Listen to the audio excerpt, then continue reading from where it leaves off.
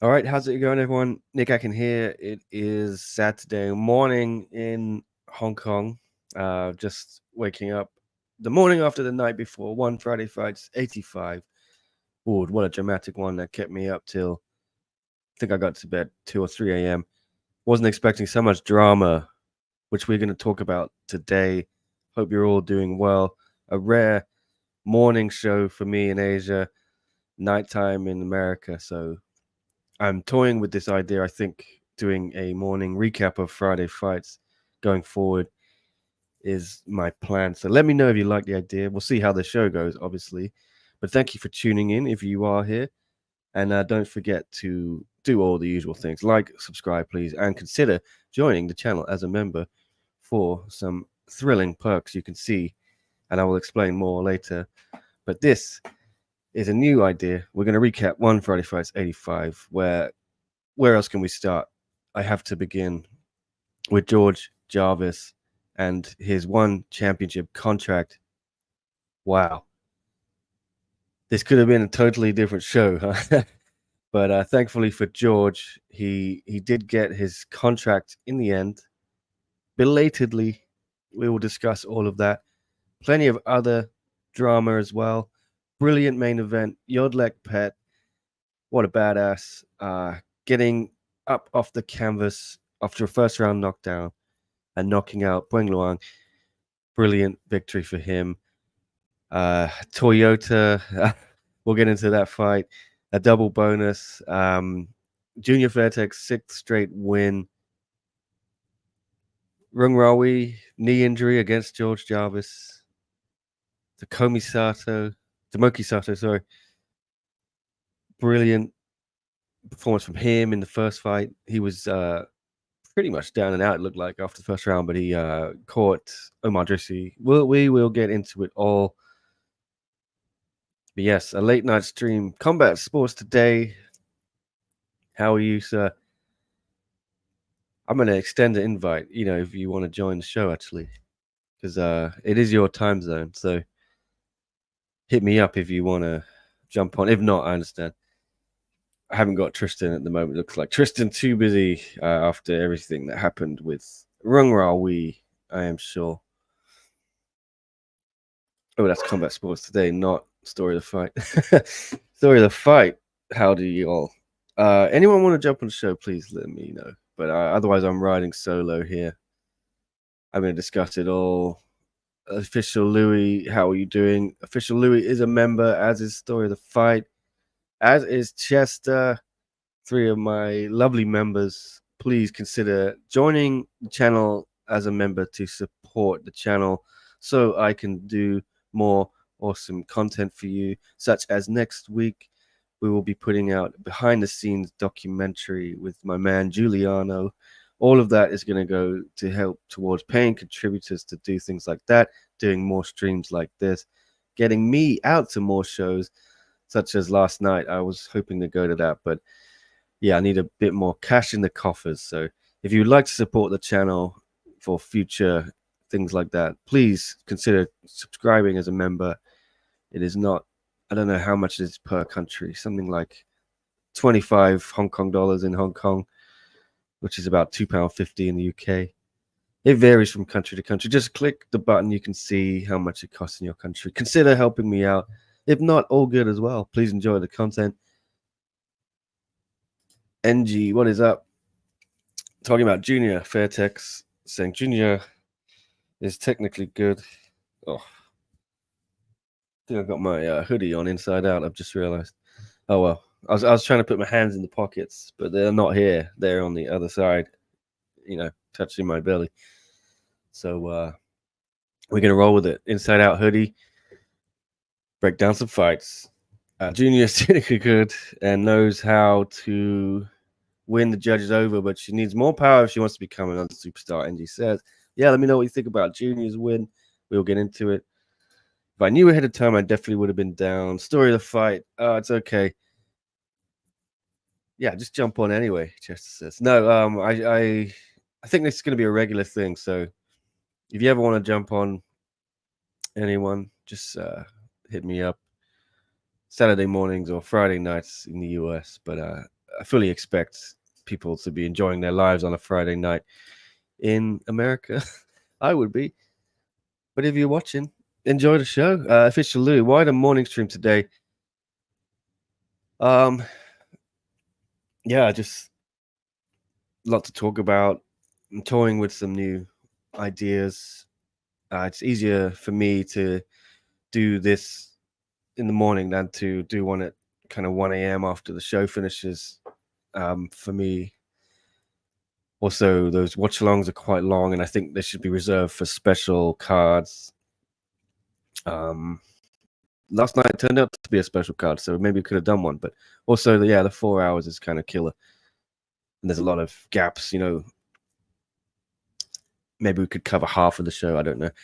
But anyway, this is an experiment, Louis, and I'm seeing how it goes because I think it's worth talking about some talking points. Why not try it? It won't be that long. It's probably like a 45-minute show instead of an hour and a half, unless things pop off. But here we go. What's up, Tetsuya? Another member of the channel. Good to see you in the house. Chummy Boy says they really need to clarify the contract stuff. What other categories they said they have one but never follow, it seems. Well, I think the only thing that matters is Chatri Sityeoltong, and he decides who gets the contract. So we'll get into it. Let's get into it. This is the big talking point. George Jarvis knocks out Rungrawee. I've got my results here, as you can see, but hopefully you all know the results anyway. But I'll be showing some clips from One Championship's official Instagram channel. Hopefully not getting a copyright strike. But yes, we're going to start here. Rungrawee Songpinong, obviously a One Championship contracted fighter, against George Jarvis, who was on a roll on One Lumpini. 2 fights in a row he had won, and his last fight he had won over contracted fighter Ricardo Bravo. So in his mind, if he beat Rungrawee, and especially if he knocked him out, he was going to earn a contract. And I think you would have been hard pressed to agree with that. But of course, this is One Championship, and there's often things that happen that do not make sense sometimes, if I'm being honest. And this looked like being one of those times. I'm going to show you the clip here. Hopefully you can see it. George Jarvis laying it on Rungrawee. I think I missed the initial knockdown, but it'll replay. So there it is. Jarvis smelled blood, went in for the kill. I think it was a matter of time. There was a lot of time left in that round. He caught him super early, and you can see Rungrawee very unsteady on his feet. Jarvis picking his shots. He was very sensible here. Didn't rush in. Didn't go crazy. It was just a matter of time, as I said. Rungrawee did very well to hang on, but I think he was, you can see there, it's just dazed and can barely stand up. Also had this knee injury, which we'll get into in a sec. There he goes, falls down. The ref very quickly calls it off. Great call. There's the initial knockdown. Yes, just 10 seconds into the third round. Crazy how George Jarvis came out on fire like that. Rungrawee looked to have recovered there, but Jarvis swarmed him. Very good performance. Jarvis looked excellent, I will have to say. I remember watching his first fight in One, and he had come in with all the hype, and he didn't really set the world alight. I think he lost the decision. I can't remember who it was against, so I'm just Googling it now. My brain isn't the best in the mornings or at any time. Okay, yeah, Chana John, PK Sanchai, he lost a split decision, so it was a close fight.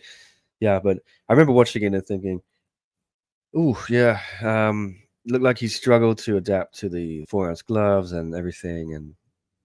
But you could see something was there, and he was definitely a talent. But I was wondering, are we gonna see the real George Jarvis? Then he came back and he got a decision over Mustafa Al-Dakriti. Split decision again. It wasn't a convincing performance for me. And I was starting to think, is this guy overhyped? Is he overrated? But then the Ricardo Bravo fight, excellent performance from him. Fully deserved win that really put him on the map in one championship. And I really started to take notice then. But I got to admit, yeah, when they matched him up with Rungrawee, I was thinking, that is a tough fight. And you got to admire his confidence saying he's going to go in and knock him out. And he did it. And I think once he's done that, you cannot deny George Jarvis a contract anymore. You simply cannot. So I was stunned. Given the level of performance, it was up here compared to the first time I saw George, and maybe even the second time. He had just got better and better with each fight. And that's what you like to see. He's only 24 years old as well. And he said he'd been working with his boxing coach, Paulo da Silva. And he looked very good. The boxing looked crisp. So, yeah, I was stunned. He gets in the ring. He does the thing. I'm going to show it on here with Mitch Chilson. They don't have it. I think they showed the later one. But, yeah, initially he gets on the mic. Mitch does his $50,000 thing. Oh, no, he didn't first, actually. He said, again, my brain is fuzzy.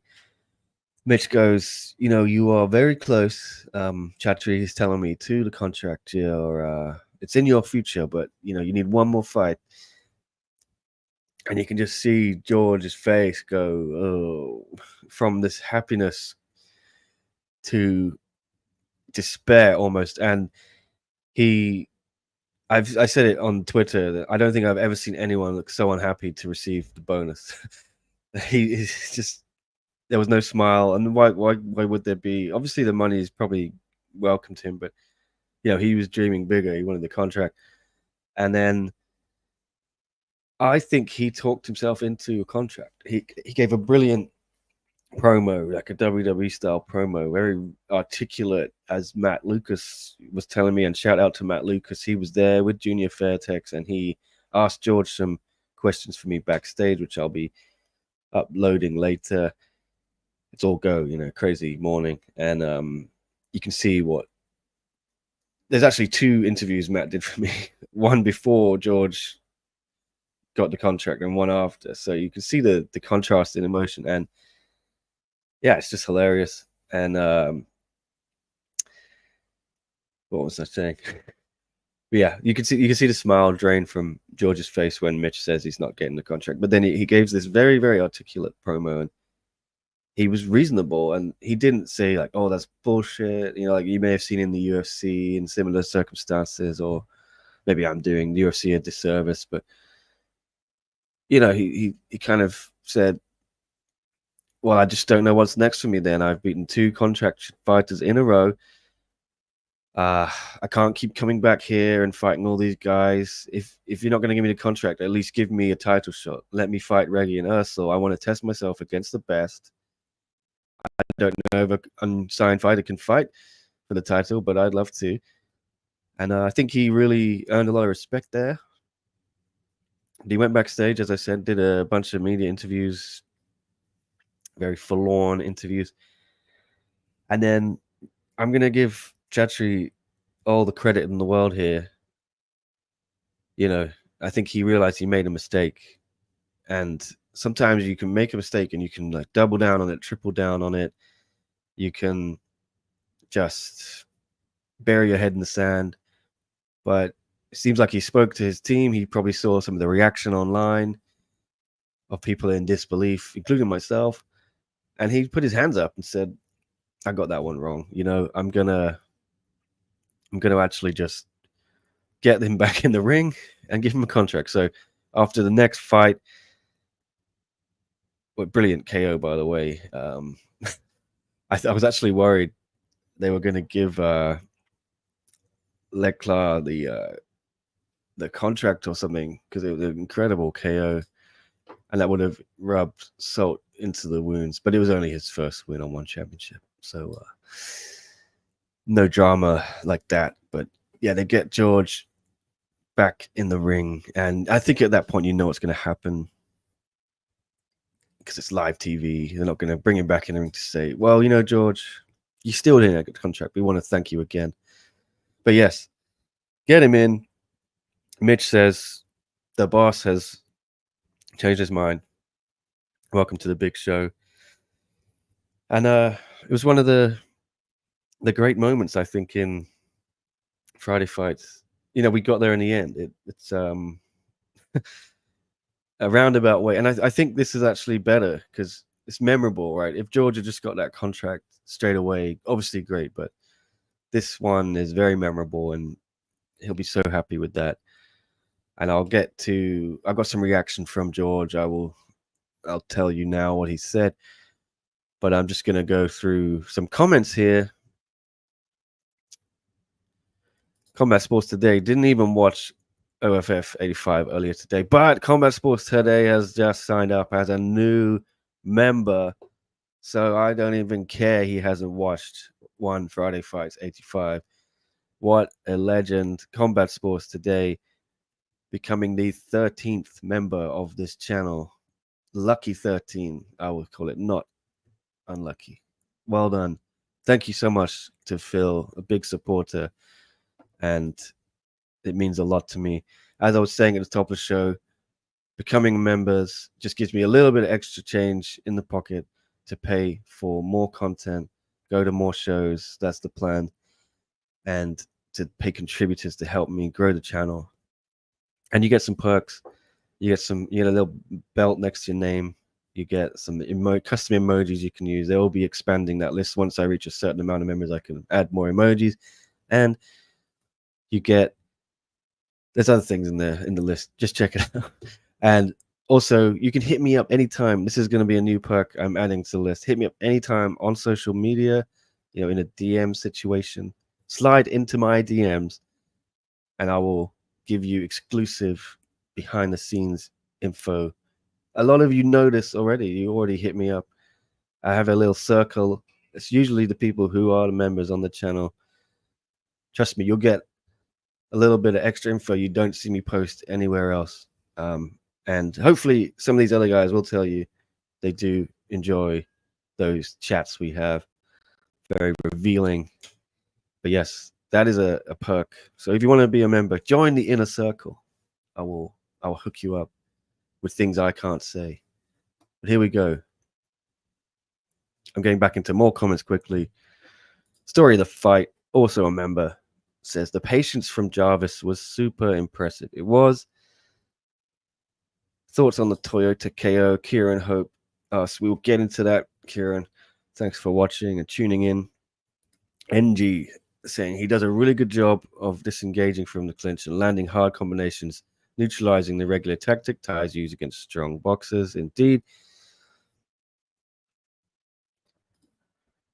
Chester, so he called out herself. I think he means Ursel, but realistically, who should he face next? Yeah, we'll get into that. He did mean Ursel. Story of the fight, got told I'm not getting the raise I was promised today. I felt just like Jarvis, LOL. But maybe your boss is going to call you back into the office like in an hour and then give you that raise. Story of the fight. Oh, Chummy boy, making a good point. If Kong Tony did the same, it won't take him 7 or 8 fights to win a contract. Yeah, and that's a good point. I think you have to reward people when they do this kind of thing. You see Junior Fairtex last night, 6 straight win, but not kind of putting an emphatic stamp on it. So she didn't get the contract, and you can say, "Oh, well, 6 wins," bang bang. But I think, yeah, like I said, you got to go and reward people like George Jarvis who go and do that in only their 4th fight in one Friday fight. So excellent stuff. It's funny there are people complaining that Jarvis got the contract, Tetsuya says, after only 3 wins, but guys like Kulab, Dam, and Suryanlek are still not signed. Well, yeah, I think Surianlek should be signed, and I think Kulabdam should have been signed a long time ago. I mean, he's already come from one championship, same as Mongtai. I don't know why they're not signed. I think they're sort of just maybe tied into Lumpini forever. And to be honest, if they're going to get 6 fights a year on one Lumpini, maybe it's better than getting 1 or 2 fights a year on fight nights at the moment. So we'll see. And they get bonuses when they get the knockouts. How do you think, guys? What do you think? I think, prestige-wise, you want to be on fight night and numbered events, but there are less opportunities because there's less shows. So maybe they've got good deals on Friday fights, and it's sort of like when people go, I'm going to use a professional wrestling analogy. When you go from Raw or SmackDown back to NXT, you're not taking a pay bump. You know what I mean? You're still probably going to get your Raw, SmackDown main roster salary, but you're kind of helping out the younger generation. It could be something like that. And yes, NG, I think they do keep some fighters unsigned to headline Friday fights.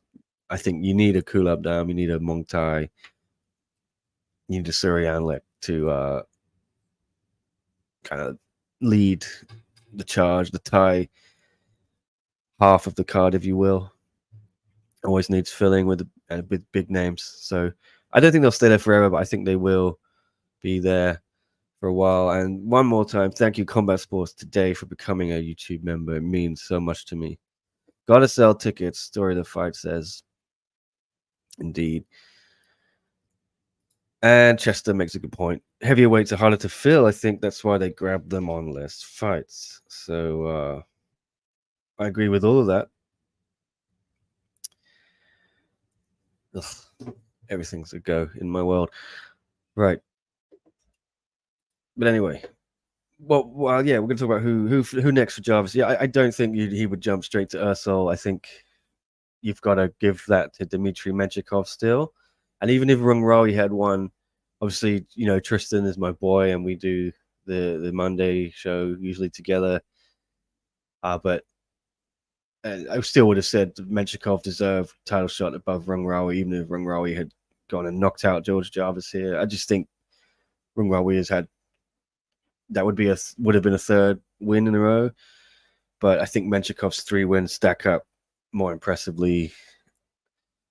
So I would have done Menchikov versus Ursel next, and then perhaps Rungrawee could have the winner if he had won. But now, does Jarvis slide into that conversation?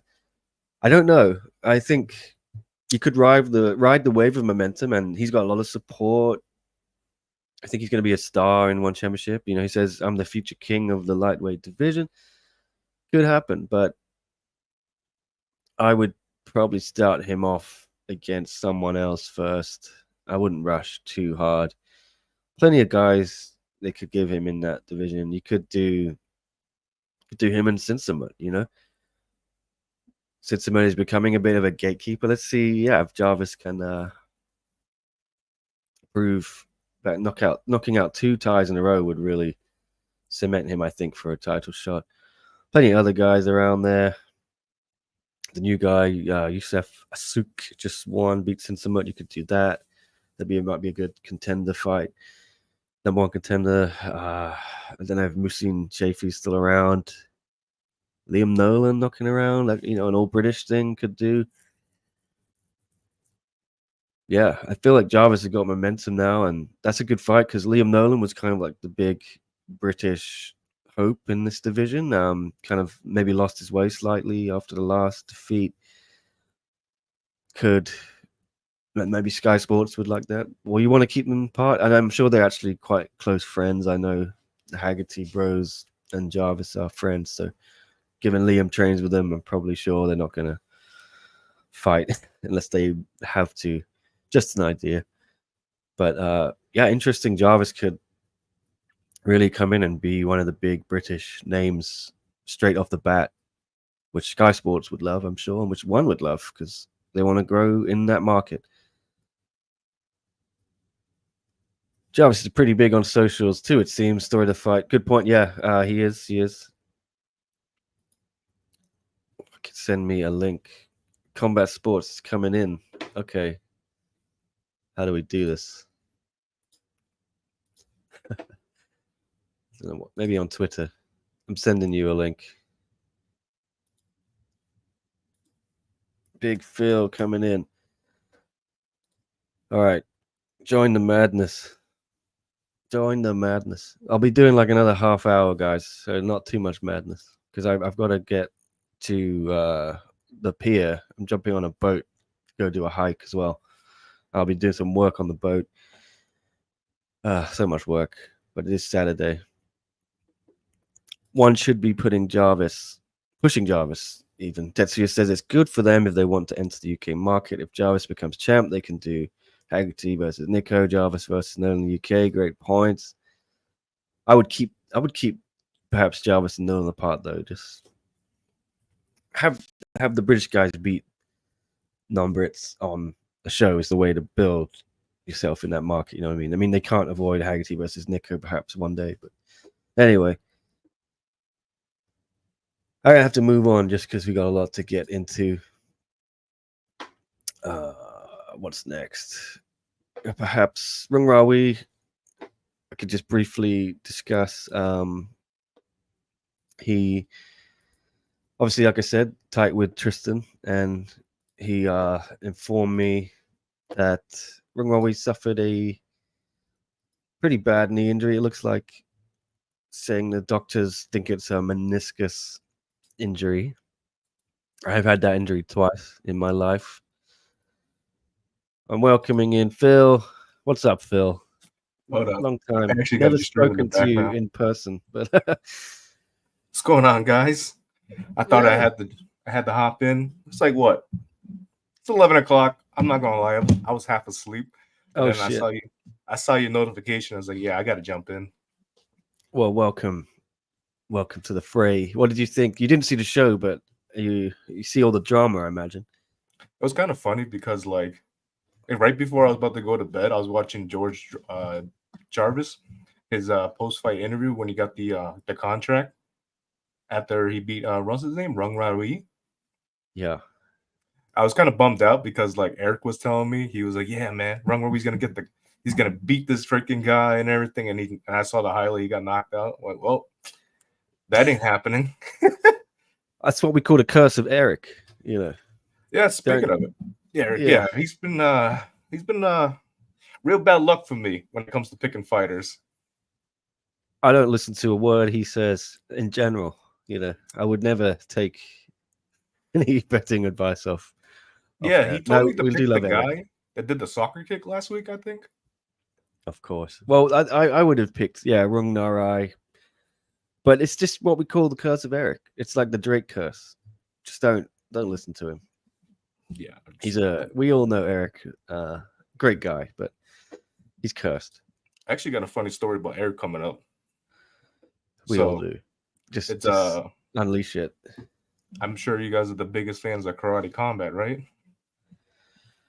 I don't mind it, but yeah, they actually sent us an invitation to their Bangkok show. Oh wow, okay. They're like, hey, we would love to have you come over. I was like, well, I'm in Boston, and I was like, damn, do I send Eric? Like, is he really the best example to send? I was like, fuck it, I'll send Eric over there. Oh, no way. Eric's going. VIP tickets. That's what we're getting. Oh, shit. Okay. I thought he'd only go if Panpayak was on the card or something. Well, I kind of forced him to go. I was like, hey, this is for you for your hard work at Combat Sports Today. Well, enjoy it. There it is. Eric, I didn't know he was writing for you or anything. I don't know. He kind of just keeps me updated. Like, I started the Combat Sports Today last year in January. Okay. So, yeah. So, he's been helping me out with the, like, at least, like, the Muay Thai stuff. Oh, good guy. Yeah, what a guy. I do like Eric. I'm just never going to trust any picks from him, you know? I kind of like him, but, you know. Yeah, I met him last year. I can't remember. I think it was one of the tent poles. Maybe April, something like that. Met a few of the guys from Muay Thai Twitter. All good fun. I think we'll see a few of them in December again for the next big one, tent pole. which is Sitachai and Shadow, if I'm correct. Yes, Sitachai, Shadow, Kana against Anissa Mexon. They just announced. Wait, hold up. Speaking of Anissa Mexon, isn't she booked already? Yeah, she's now double booked. So. Yeah, we know how this goes. You know how it goes, yeah. And he's not the only one. I think some more people being double booked from what I hear. Oh, Jesus Christ. It's back. We're back to double booking. But yeah, obviously Mexon's going to fight Jackie Buntan next week. I'll be there. So we'll see. Hopefully he doesn't get a big injury because then that fight might be off. But anyway, I got to crack on with this recap, you know. You do you.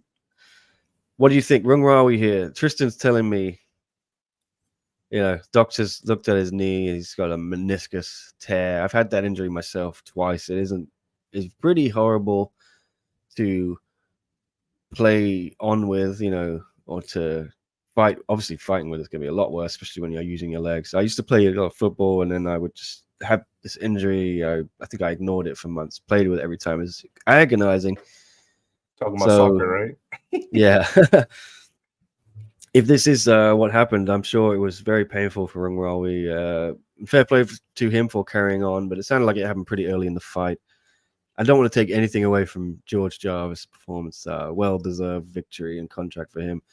But disappointing if you are Rungrawee. He said, I felt my knee go in the first round, just got worse and worse. Couldn't kick or use the knee properly. Yeah, he congratulated George. Said sorry to his fans. But there you go. Rungrawee injury, but again, I'm going to move on. You haven't seen the show, have you, Phil? No. So okay. I was working 4 days a week because my company was slow at the moment. So I was able to catch the Friday fights in the morning, which is like 8:30 in the morning over here. Okay. And then we went back to 5 days a week because we got extremely busy. So I've been missing out on Friday fights. All right. Well, I'll lead the way then. I'm going to now talk about Junior Fairtex. So mentioned already, she had 6 wins in a row now for Junior. Trying to find the highlights here. It wasn't the most impressive performance, I would say, but they don't even have it on their page. Can't see it. So I'll just talk about it.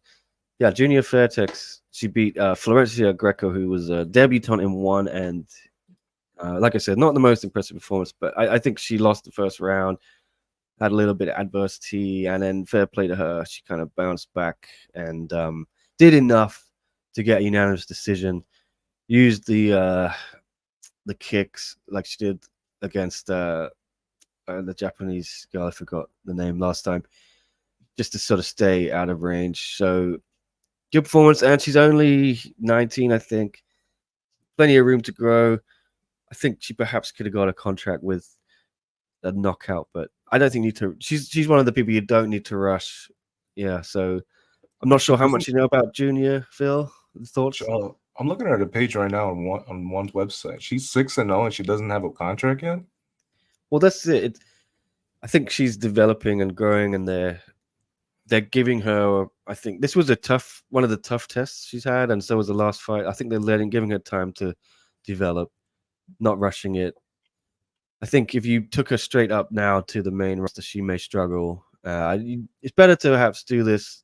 She's a bit of a growing star for them, I feel, and you don't want to jump the gun on it. But Tetsuya, I'd like to see her against Yuya Pui next. I wouldn't rush to that, but could be a fight. Tetsuya's a great follow on Twitter. He's like up to date with everything on one. I'm just like Tetsuya is great. Yeah, he goes and does everything I should do.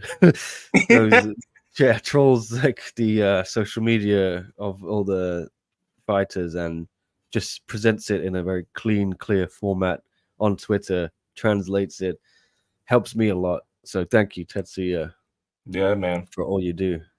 I think I found him because he was like translating like President Jai's like relationship issues from Facebook. And I was just like, and I saw him that he's following me. I'm like, all right, I give him a follow back. So thank you for that. Really growing in stature as well in the last a few months, I think. Tetsuya, jump on the follow train for Tetsuya. Well worth a follow. I love the profile pic. Butcher Ketchup. Yeah, Butcher Ketchup with the belt, manifesting. All right, Junior just needs that knockout power, Angie says, and then she can become the next Stamp. Yeah, I think give her time. We'll see what happens. Junior can score well, Chummy Boy says, but if she went up to tougher competition, she'll be knocked out. I say fair play to keep her here. Yeah, agree with you. I don't want to see either of them lose. Story of the fight. I think that's Junior and Yu Yaopui.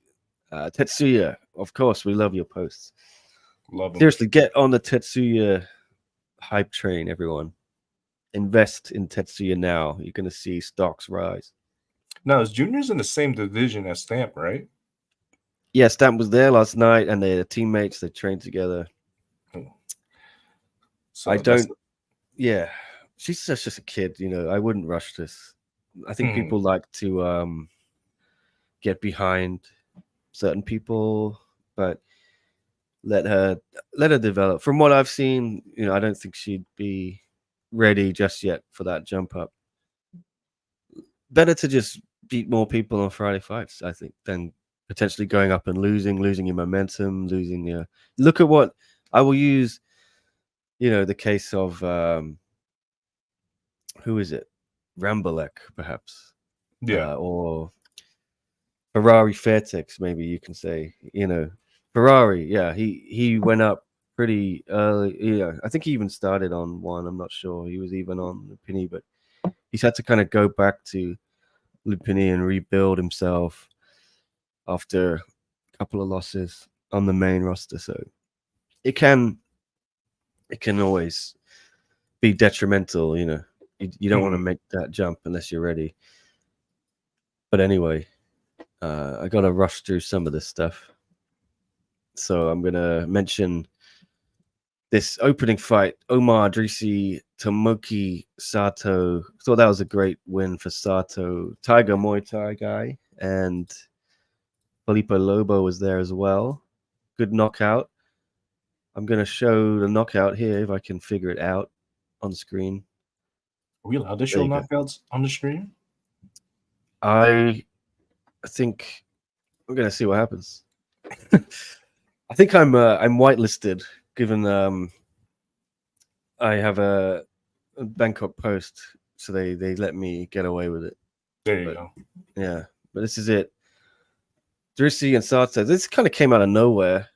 Like Drisi was kind of lighting up Sato in the first round, even the second round. Sato you can see the damage on his face, blood. Just caught him with an overhand right, and we had Felipe Lobo in the corner, Crew Bird, and Johnny Betts from Tiger, and they all. Felipe said, I told him to use the overhand more, and it worked. So listen to the Demolition Man, Felipe Lobo. Great knockout. Back on track, Sato. Is Sato from another organization? Like, you know how they bring in some other guys from shoot boxing or like Rise or something like that? I don't know very much about him, to be honest. I know he lost his last fight in one. Gonna check it out now. He's at Tiger now full time. Let me check. I found him. Yeah, he lost to a decision last time. He's had 2 other fights on Friday fights. One and one before yesterday. I don't know about where he came from before, but interesting guy. Speaks very fluent English, which would be a huge advantage for them to have, Japanese star with. I was just conversing with him on Instagram DMs in fluent English, so incredible. You got to utilize from that. Sydney, Australia. Oh, that makes sense then. Just representing Japan. I've never spoken to him in real life or seen him speak, so that makes a lot of sense. Yeah, I'm looking at his Instagram right now. Trying to see if he fought for any other organizations previously. It don't look like it. The thing with Muay Thai fighters is they're so hard to track their record.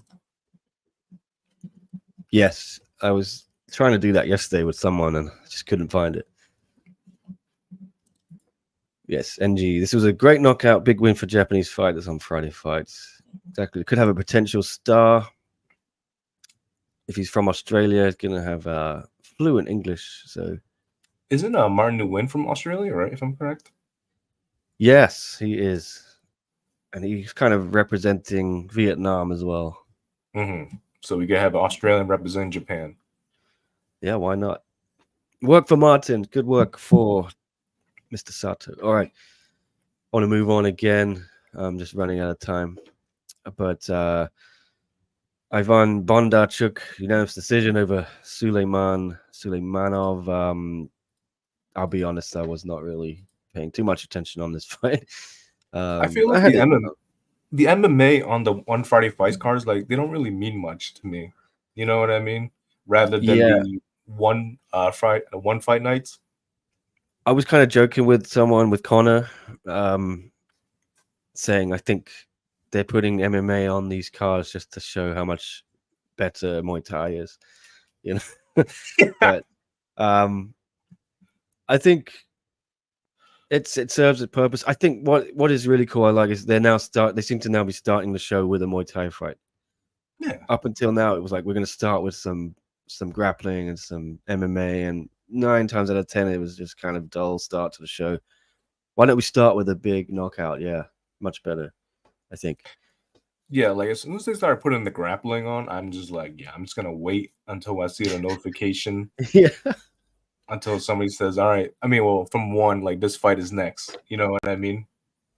Yeah, I hate to say it, and I know how hard the matchmakers work on MMA side and grappling, and they're trying their best to find entertaining fights. And the Robson de Oliveira versus Jason Moralpez fight wasn't terrible. It was kind of fun,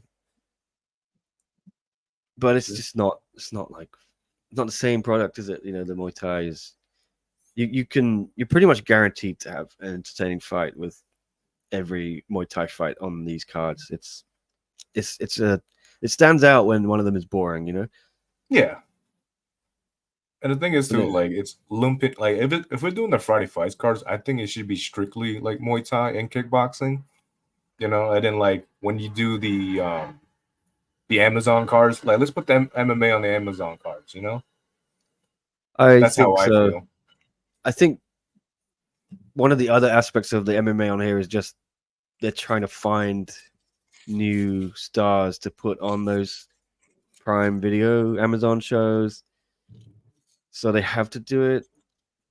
And also they have contractual obligations with Japan and Unext where they need to have, I think, a couple of Japanese fighters on every show on Friday, and it's sometimes easier to find Japanese MMA fighters, I guess, or grapplers. I don't know, but a lot of the Japanese MMA fighters are tied up in Ryzen and what have you. So, hey, next week we get in the Rise champ on the Friday Fights card. Yeah, I will be there. I'll be there. I want to see how good he is. You know what I'm saying? We'll be tuning in for sure. I can't remember who else. I think Non Tachai and someone told me the main event. I've forgotten already. But we'll be there. Oh, 169. 169, yeah, Rodtang. Gonna be a big card. I'll do a big preview on Monday. Yuki Yoza. When is Yuki Yoza? No idea. Story of the fight is super hyped for that. He's coming to 1. Like, there's no doubt. Like, I had this like an inside joke in my group chat where you say K1, you spell it with the number 1. We just put 1 like ONE. K1.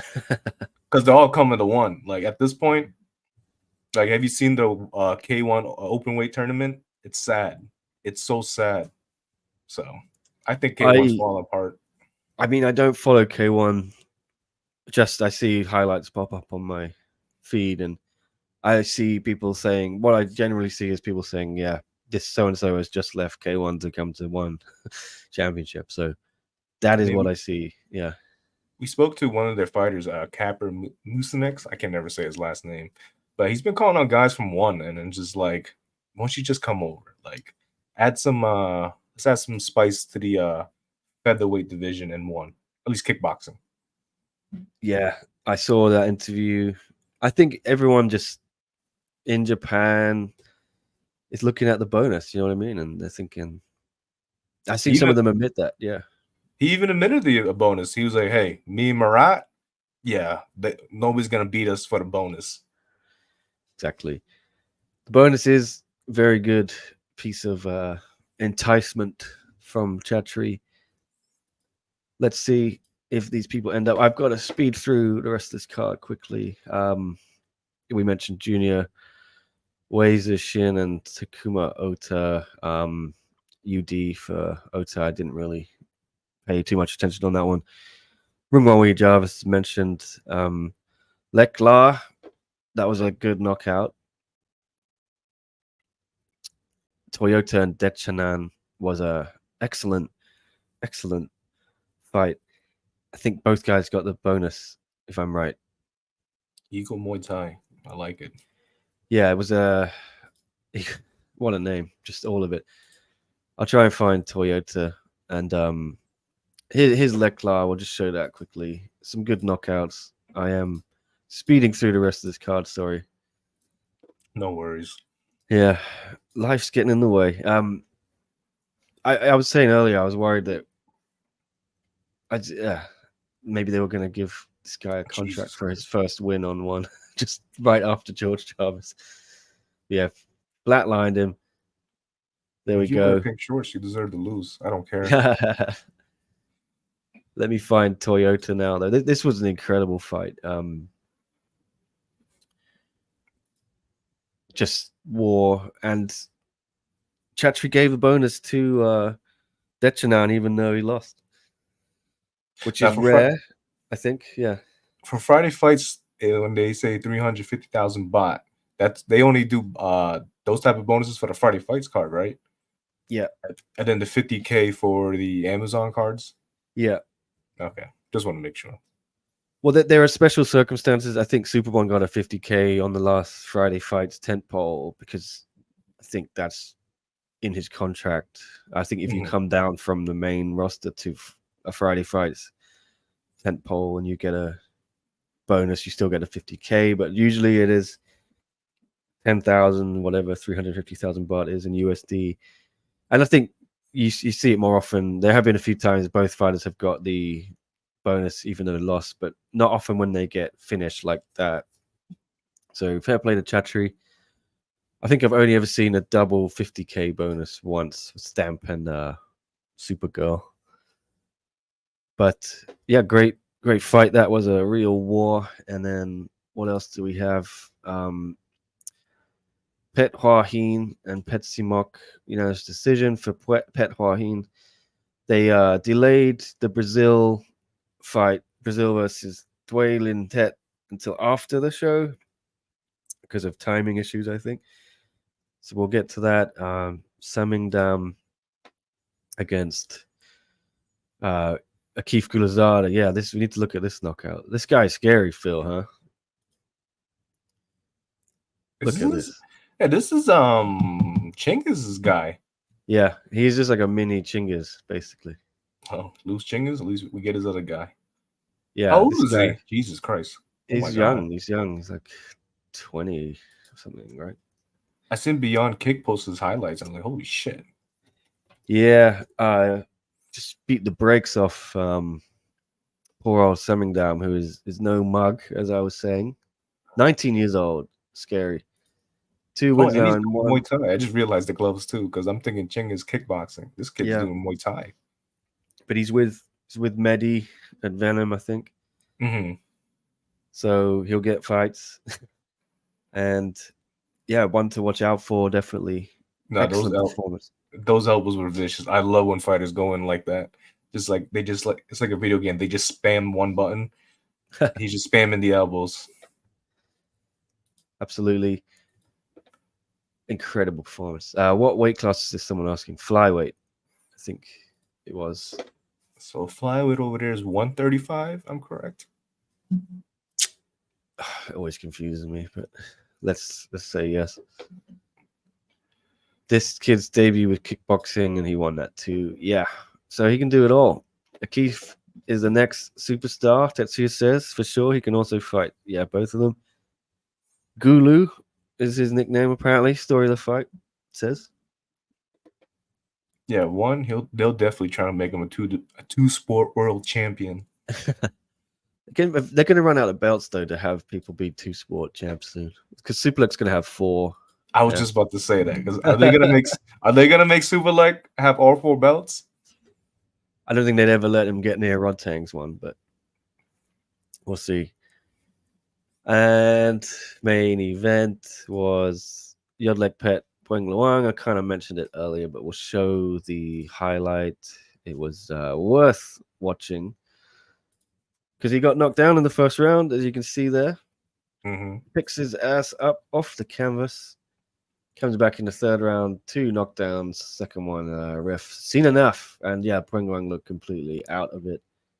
So I love about these Friday Fights cards, like a comeback is like normal on these cards. Never count them out. Yeah, it's great. It's kind of like I never get bored of it either, because you could say, "Oh, we've seen it a million times," but it's still incredible when you see it. Anyway, congrats! Yeah, Yodlek Pek got the bonus, and then we had a little post limb, if you will, with Brazil against Waylon Tet. And Brazil got a unanimous decision, I do believe. Yes, so I'll leave it there for the recap. But then I wanted to just also cover this news. Phil, I'm sure you're hyped for this. Jon Di Bella against Rui Botelho announced for One Fight Night 26, December 7 in Bangkok. I know Di Bella's going to come out pissed off because the Yankees lost the World Series. So he's got to channel his anger towards something. So might as well put it into training. Yeah, he's going to be pissed for the Yankees, but also because he didn't get his rematch with Prajanchai. So isn't Prajanchai moving up? No one knows. He could be, but when was that fight? June, and this is going to be December. I think Prajanchai has got 2 belts. He's going to have to defend one of those belts soon. Otherwise, I'm start looking at interim stuff because you can't sit. You can't collect belts and sit on divisions. You know, people do it all the time in one. Haggerty's got his kickboxing belt, still never defended it. I think if Superleg becomes a 4-division champion, he would actually defend those. Yeah, at least 6 times a year. Like he would have 6 fights. He would. He's the only one who'd do it. But I don't see Malik. There's no way Malikin can defend middleweight belt at the same time as heavyweight. It's too rough for him to do that cut, and there's no one really in light heavyweight for him to fight. So there's no point having him with 3 belts. I would just remove the light heavyweight division, and I would vacate the middleweight belt or get an interim champ going on, and then because the light heavyweight is like what 225, and there's nobody really fighting that division. Might as well just be middleweight champion. I think, just combine or eliminate heavyweight, or have a. I don't know. It's pointless. Speaking of heavyweights, I need to see Ben Tynan back. Like I'm waiting for him. Agree with you. With you. I thought he should have been next. Well, I don't know what's going on with him. He had a fight in June, and then the other guy was injured, and that didn't happen. NG says massive opportunity for Botelho. Di Bella for the wins. Chummy Boy says Botelho is your boy, but this is almost a done deal. Both of them are my boys, Chummy Boy. I love both guys. I really do. I'm gonna hopefully do it. I want to do a face-off with these guys because Di Bella's got his coffee. Rui's promised me he's bringing me some Portuguese coffee to this fight. So this is how they're gonna get you. I want to have a coffee face-off. I will try both. See who's got the best beans in one championship. Whoever's got the best beans, that's who you're rooting for. So that way you get more free supply. I see how you work, Nick. Exactly. Excited for this fight, though, Phil? It should be a good one. I'm always excited for Jon Di Bella. Rui, I've been kind of watching a little more often. I think I watched his last fight. I watched so many one cards. I forgot which one they were on, but I remember watching Rui last time, and I did like his fight. So, but I'm a root for Di Bella. I think Di Bella's gonna, like I said, he's coming. He's pissed off about the Yankees. You know what I mean? He's got you choosing his Botelho's coffee over his. Well, yeah, he's gonna be fired up. Can't wait to see it. And Dennis Porch they announced as well against Elias Mahmoudi for that same card. Watch it, freaks. Mahmoudi's pretty scary, Phil. What do you think? Didn't he smoke everybody's favorite fighter, Edgar Tabares? He did. And he smoked didn't smoke, but he spinning back fisted Taiki Naito to hell twice. Oh my god, I forgot about that one. Yeah. Like another fighter that was spamming the video game controller pretty much. Yeah. And he had dengue fever when he did that, which is terrifying. So is this Muay Thai or is this kickboxing? Oh, no, never mind, it's Muay Thai. Muay Thai, yeah. So Dennis, and respect to Dennis, taking this fight, he told me, I love these challenges. I want to challenge. He doesn't duck anyone. Not many people have this attitude in one, He stood in there with Ratang, I give him that. But this is Muay Thai gloves, so I don't know. We'll see. Well, I just hope Mahamundi spams the spinning backwards again, because I love that. Well, yeah, we also announced this. Well, they announced it. Kana against Mexon, as we spoke about. So that is all of the stuff I'm going to talk about. Phil, I'm going to throw it to you for any final comments and observations. I mean, I don't really have much to say. I mean, it's almost midnight over here, so I kind of understand when I'm watching your stream, you're always tired. I'm like, yeah, I understand where Nick's coming from now. But yeah. I appreciate you, letting me on. Anytime. I'd love to jump on your thing. If you ever have anything, just hit me up. Yeah, I had to what's it called? Join the membership because I couldn't do it on my phone for like the past 2-3 weeks. It didn't give me that option. I don't know how to do it. I tried to look on my phone as well. Some people were telling me how to do it, but I even Googled it. I YouTube it. I don't know what's wrong with my phone, but other than that, I had to support you. I've been supporting you since your SCH. I don't know. Remember that? That old company. Who gives a shit about that place? Yeah. So ever since they, you left them, they lost a good one. So I've been supporting your journey and Korean John. And you're the only guy I know that does one championship coverage. But now, since you hopped on the Story of the Fights live stream, I've been watching them when I get the chance. So I appreciate you having me on. Well, I appreciate you. Yeah, you're a good dude, and I love the content you're pushing out at Combat Sports today. You got a great little crew going on too, and I'm happy to see you guys thriving. Seriously, anytime if you do any shows you want me on, anyone who watches this show ever wants me on any of their shows, please let me know. Like Phil was saying, I jumped on Story of the Fights recaps for one shows. Always down to repay the favors and things. If you guys have memberships on your channels, I'm signing up as well. We will support each other.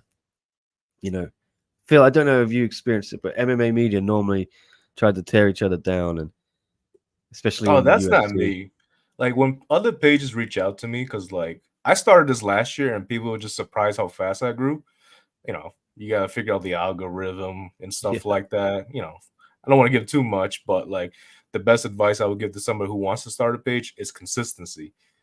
Just be consistent. You know what I mean? You don't need to clickbait. You don't need to freaking buy followers like some people do. I ain't going to say who, but just hustle, be consistent. That's it, and be passionate about what you do. And that's my advice. Phil's really got his socials firing. I look at my Facebook. I asked him a few times about Facebook. I just don't know what the hell I'm doing there. And you already monetizing it. This is the thing about my Facebook. It pisses me off right now. I'm actually restricted right now. What happened? Look, I posted a video from last year, and I wasn't even getting monetized yet. And they just call me that, oh, now we're gonna have to limit your page. I'm like, all right, you guys gonna fuck with my money now. That is annoying. What video is it? I think I posted like a UFC knockout, but that was like before I even knew anything about like copyright and stuff like that. Oh yeah. But story of the fight, yeah. My IG page is horrible. I have no idea when I'm doing it. What I would say is, I don't know, don't you have two guys in the crew? Like, yo, let one guy run that page. Yeah, where's Miro? Huh? Come on. His ass run the page, man. Unless he does all the work, and then you need to. You know what I mean? Well, I respect those guys because they have full-time jobs and they do that as a passion, same as you, I think. So I'm making windows while I'm tweeting and everything. I'm about to get fired while watching Nick's stream. Well, I'll finish the stream now. I don't want to get fired. Yeah, well, we've hit the hour, so I'm gonna bounce out of here. And Ramiro is 50. I didn't know he's 50. Nah, he's trolling. There's no way that man is 50. Yeah, he looked like 36 or something. Got a few gray hairs going on. And then, I just turned 29 like last week. So happy birthday. Yep. I'm Nick's age now. I'm hitting 37 in about a month. 6 Nick, weeks. You look younger than me. Baby face. Yeah. That's what you can see in my, maybe it's just this morning, my crow's feet on my eyes is looking pretty horrendous right now. So should get some more sleep. Very late night with all this George Jarvis drama. So I'm glad I did the show, and I'm glad you jumped on, Phil. It was, he's not 50. I'm just appreciate you actually shouted me out to come on. I'm like, anytime. I was in my boxes in bed. I'm like, all right, let me put a hat on. I got bed hair on. I didn't want to show this off. I was considering doing a show in my what do you guys call it in America? Like a dressing gown. We call it bathrobe or what? Pajamas? Basically my pajamas. I have a bathrobe I didn't steal, sorry, I bought it from the Peninsula Hotel in Bangkok. What do you mean by that? Very comfortable. It's like you can't say stole and bought at the same time. Like I didn't steal it because I used to steal bathrobes from a lot of hotels, like shitty hotels. But the Peninsula is actually a really fancy one, and I made a point to go down to the gift shop and buy it. I spent, a fair chunk of change on it. It was luxury, but I was going to do the show in that, but I thought I'll put on a hoodie, and then I put it on inside out, as you can see, because I'm half asleep. So we're all a mess here, Phil. We're all a mess. That's not a house coat. Is that what it's called? What's a house coat? Is that what Hugh Hefner wears? I stay in basketball shorts when I go to sleep. Yeah, I'm kind of freestyling it. I don't have pajamas. Let's call it a house coat. We'll go with the house coat. All right, I am 36, official Louis. Unbelievable. I hate to hit Louis back as well. He sent me some messages yesterday. It was a busy day yesterday. Sorry, Louis, with all this fight nonsense. I'm going to hit you up today. Phil, final word to you. Anything coming up for combat sports today we need to watch out for? We will, well, hopefully we get the tickets in time. We have Eric on site for Karate Combat Thursday, November 14th in Bangkok. They make their debut over here, the War on One. And then they have another show that they invite us to in Miami, Florida. Follow us on Combat Sports Today, all social media platforms, YouTube, TikTok, Facebook, Instagram, Twitter. Subscribe to me on YouTube. Like, I'm at 894 for like the last week, and it's pissing me off. Can we get it to 900? Like, let me get it to 900. Come on, guys. Yeah, just like Story of the Fight. Business is booming. Appreciate y'all. Thanks for having me on. Anytime you want me on around this time, because I can't do it around your time, I'll gladly come on with Tristan or whoever. Well, yeah, I think Tristan's laying low today. Poor guy. Yeah. I'll have him back maybe on Monday, but we will get some podcasts going. Follow Combat Sports Today on Facebook, YouTube especially. Get them over 900. Get them up to 1,000. Come on, guys. I'm trying to get monetized everywhere. Exactly. All right. Thanks, Phil. Thanks for watching, everyone. I'm gonna end the stream. We'll see you on Monday. I'll be doing a preview of 169. But enjoy your weekend, everyone. Catch you next time. See you guys.